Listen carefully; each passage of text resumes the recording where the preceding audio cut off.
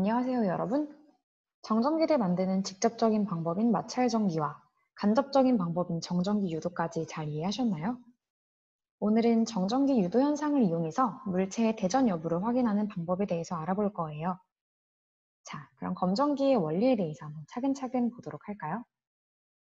먼저 지금까지 배웠던 정전기에 대해 정리를 하며 검전기의 원리와 연결을 해볼게요. 물체 내에 머무르는 정전기를 직접 만드는 방법이 있었죠? 바로 마찰입니다. 두 물체를 마찰시키면 하나의 물체에서 아예 다른 물체로 전자가 이동하며 두 물체가 각각 플러스 그리고 마이너스로 대전되어 마찰 전기를 띠게 되었습니다. 반면 간접적으로도 정전기를 유도할 수 있었죠. 대전체에 의해 금속이나 알루미늄과 같은 물체 내에서 전자, 쏠림이 일어나게 됩니다. 그 결과 한 물체 내에서 대전체와 가까운 쪽, 그리고 먼 쪽에 반대의 전기가 유도되었었죠. 즉, 알루미늄이나 금속 같은 물체에 정전기를 유도하기 위해서는 이미 대전되어 있는 물체가 필요했다라는 게 중요한 포인트입니다. 오늘 보려고 하는 검전기는 바로 물체가 전기를 띠고 있는지, 즉 대전되어 있는지를 검사, 확인하는 기구예요. 옆의 그림처럼 위쪽에 노출되어 있는 금속판이 아래쪽에 두 가닥의 금속 박과 금속 막대로 연결되어 있습니다. 그리고 이 금속 막대와 금속 박은 고무막에 그리고 유리병으로 외부와 차단되어 있기 때문에 외부와의 상호작용이 가능한 부분은 금속판 부분뿐입니다. 그리고 이러한 금속을 구성하는 원자의 전자는 이동이 가능하다고 했었죠. 이 전자가 전기력을 받는다면 끌려가거나 밀려나거나 하게 될 거예요. 이 검전기로 어떻게 물체의 대전 여부를 확인할 수 있을까요? 이러한 대전 여부 확인을 하는 검전기의 원리는 정전기 유도 현상입니다. 즉, 대전체와 다른 물체 사이의 전기력을 이용한다는 건데요.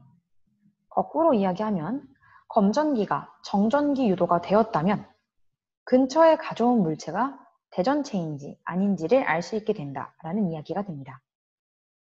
바로 보면서 한번 설명을 해볼게요. 우리 눈으로 물체를 봤을 때에는 대전이 되어 있는지 혹은 되어 있지 않은지를 알 수는 없습니다. 만약 그 물체가 대전이 되어 있지 않다면 검전기에 가까이 가져가도 전기력이 없으니 반응이 없을 거예요.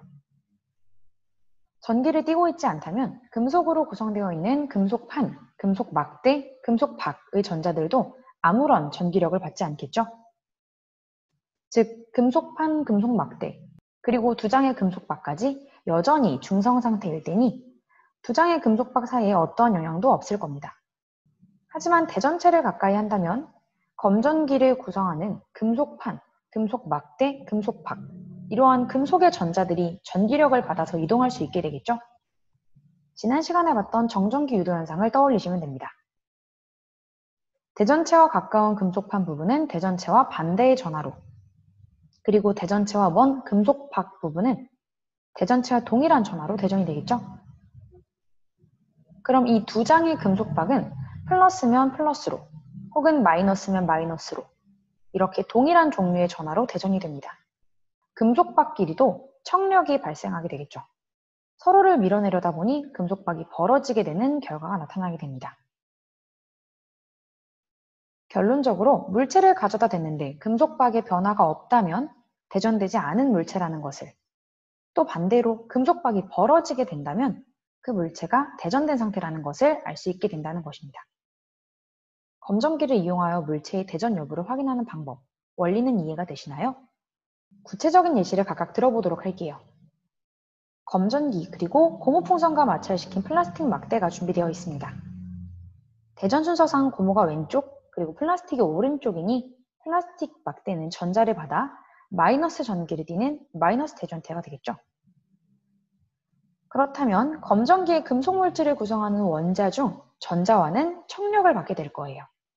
이렇게 최대로 밀려날 수 있는 곳이 금속박이네요. 금속박, 물체 중 대전체와 먼 쪽이 대전체와 같은 마이너스 전하로 대전이 됩니다. 모두 마이너스 전하로 대전된 두 개의 금속박 사이에서도 청력이 발생하게 되어 서로를 밀어내 금속박이 벌어지게 되겠죠?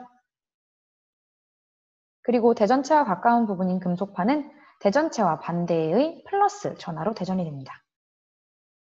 자, 그럼 여러분, 이렇게 마이너스 전하로 대전되어 있는 검전기의 금속박이 벌어져 있을 때 추가로 또 다른 대전체를 가까이 했는데 금속박이 만약에 더 벌어진다면 이 대전체는 어떤 전하를 띠고 있는 걸까요? 청력이 더 강하게 작용해야 더 벌어질 수 있을 테니 전자가 더 밀려 내려왔다는 뜻이 되겠네요.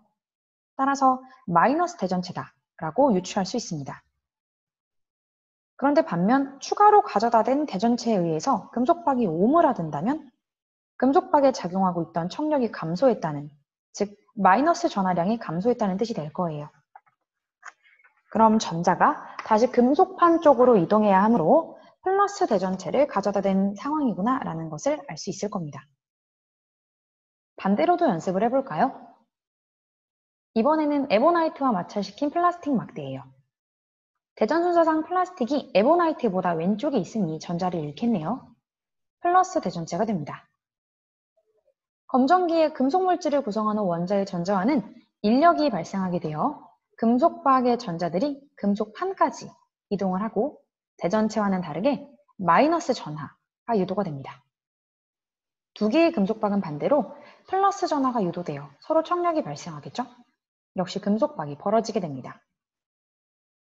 자, 그럼 여러분, 이렇게 플러스 전하로 대전되어 있는 검전기의 금속박이 벌어져 있을 때 추가로 또 다른 대전체를 가까이 했는데 이번에는 금속박이 오므라든다면 이 대전체는 어떤 전하를 띠고 있는 걸까요?